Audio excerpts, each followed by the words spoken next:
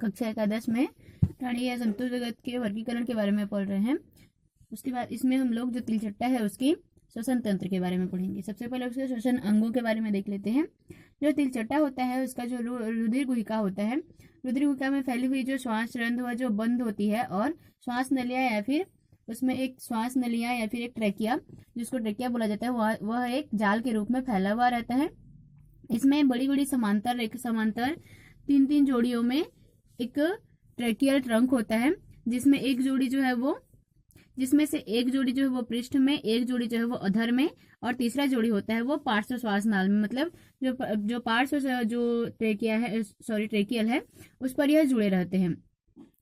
श्वास नल जो होती है वो 10 जोड़ी छिद्र, जिसको जो है वो स्टिग्मेटा कहा जाता है, उस स्टिग्मेटा से होते हुए बाहर खुलती है। और जो एक जोड़ी जो श्वास रंध्र होता है उसके वक्ष के बीच और दूसरा जोड़ी होता है वो मध्य और पश्च वक्ष के बीच में उपस्थित होता है। जो प्रत्येक के जो चारों ओर एक वलयी स्पेरिकल कटक होता है, जिसको जो है वो जो पेरिट्रेम होता है उस जो है वो कहाँ खुलता है, एट्रियम होता है, एट्रियम नामक का एक कोष्ठ होता है, वहां जाकर वह खुलता है। जो श्वास नलियां होती है, जो ट्रेकिया होती है, उसका निर्माण जो है वो अध्यावरण के जो अंतर्वलन होता है उसके द्वारा होता है। यह जो है वो क्यूटिकल के आवरण के द्वारा हुआ बना हुआ रहता है। और इसमें यह जो है वो श्वास नलियों के जो अंतिम शाखाएं होती है उसमें जो श्वास नलिकाएं होती है उसको जो है वो श्वास नलिकाएं मतलब ट्रेक्यूल कहा जाता है। ये श्वास नलिकाएं जो है वो पृथक पृथक कोशिकाओं के कोशिका द्रव्य में प्रवेश कर जाती है और ये जो है वो अंध रूप से क्या हो जाती है, वो समाप्त हो जाती है।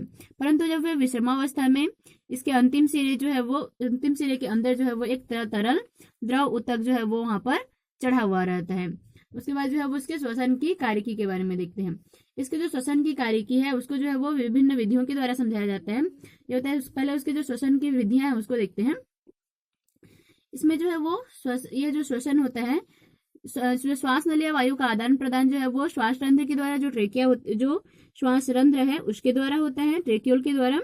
और यह जो विश्रामावस्था में जो गैसों का विनिमय होता है वो अनैच्छिक रूप से होता है। लेकिन जब यह जो कॉकरोच होता है, जब उड़ता है, दौड़ता है या फिर जब परिश्रम करता है, तो यह जो श्वसन की क्रिया होती है वह ऐच्छिक क्रिया के रूप में परिवर्तित हो जाती है। तब इसकी जो श्वास क्रियाएं होती है वह निःश्वसन मतलब सांस जो है वो बाहर की ओर छोड़ना, और निःश्वसन अर्थात सांस जो है वो उसको अंदर की ओर लेना, इस रूप में यह स्पष्ट रूप से चलती है। सबसे पहले निःश्वसन के बारे में देखते हैं। यह जो निःश्वसन है यह एक जो है वो सक्रिय क्रिया है। यह जो है वो इस क्रिया में जो है वो टर्गोस्टेर्नल पेशियों में जो है क्या होता है, वो संकुचन होता है। मतलब जब वह सिकुड़ती है तो वह जो उसका जो उदर वाला भाग होता है, वो पेट वाला भाग होता है, वह उदर वाला भाग जो है वो चिपक जाता है। इससे जो है वो श्वास नाल पर क्या होगा, दबाव पड़ेगा। तो जब उसमें जिसके श्वास नाल पर जब वह दबाव पड़ता है तो जो कुछ हवा जो होती है वो जो श्वास रंध्र के द्वारा क्या हो जाती है, बाहर चली जाती है। और उसके बाद है टर्गोस्टेर्नल की जो ऐच्छिक पेशियां होती है वो वक्ष और जो उदर वाले विखंड में जो टर्गम होते हैं और स्टर्नम होते हैं उससे यह जुड़ी हुई रहती है। और दूसरा नंबर पर आता है निःश्वसन में जब यह टर्गोस्टेर्नल जो है वो जब उसका शिथिलन होता है तो उदर वाला भाग जो है वो सामान्य स्थिति में पुनः आ जाता है और उदर गुहा में जो है वो श्वास नल का आयतन जो है वो बढ़ेगा। आयतन जब उसमें बढ़ता है तो श्वास रंध्र जो है वो उसमें जो श्वास रंध्र से हवा जो है वो श्वास नाल में स्वतः दौड़ती चली जाती है। उसके बाद है गैसों का विनिमय किस तरह से होता है। गैसों का विनिमय देखते हैं।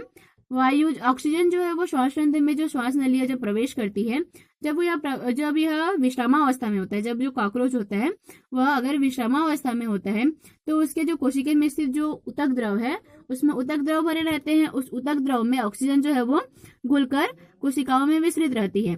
लेकिन जब वह जो कॉकरोच है जब परिश्रम करता है, उड़ता है, दौड़ता है, तो यह सक्रिय अवस्था में आ जाती है। यह जो है वो ऐच्छिक क्रिया के रूप में यह परिवर्तित हो जाती है। उसी समय जो ऊतक है, जो ऊतकों में भरा जो ऊतक द्रव है उसमें जो है वो क्या होता है, जो परासरण दाब है, परासरण दाब जो है वो बढ़ जाता है। परासरण दाब बढ़ जाने के कारण जो श्वास नलिकाएं होती है वो खींचने लगती है। जो परासरण दाब के कारण जो श्वास नलिकाएं होती है जब खींचने लगती है तो उसमें जो है वो श्वास नलिकाओं में जो है वो ऊतक द्रव के स्थान पर क्या आ जाता है, वायु आ जाता है। इस प्रकार जो हवा होता है वह सीधे कोशिकाओं के संपर्क में आ जाता है और गैसों का विनिमय जो है वो बढ़ जाता है। जब कॉकरोच जो है वो जब वो ऐच्छिक क्रिया के रूप में परिवर्तित हो जाती है तो उसको अधिक से अधिक जो है वो ऑक्सीजन की आवश्यकता होगी। अधिक से अधिक ऑक्सीजन की आवश्यकता होने के कारण उसमें जो है वो पराशरण दाब जो है वो बढ़ेगा, नलिकाएं जो है वो खींची जाएगी और उसमें जो है वो ऊतक द्रव के स्थान पर क्या आ जाएगा, वायु आ जाएगा, जिससे जो गैसों का विनिमय है वह बढ़ जाता है। जो ऑक्सीजन गैस है, इस तरह से जो ऑक्सीजन गैस है वह ऊतकों में पहुंच जाता है और ऊर्जा के जो अणु होते हैं उसका उपचयन करता है, ऑक्सीडेशन करता है। ऑक्सीडेशन के फलस्वरूप जो है उसमें कार्बन डाइऑक्साइड और जल उत्पन्न होती है और यह जो कार्बन डाइऑक्साइड होता है वह श्वास नलियों तथा शरीर के अध्यावरण के द्वारा जो है वो विसरित हो जाती है। उसके बाद है कॉकरोच के जनन तंत्र। इस जनन तंत्र के बारे में हम लोग अगले क्लास में पढ़ेंगे।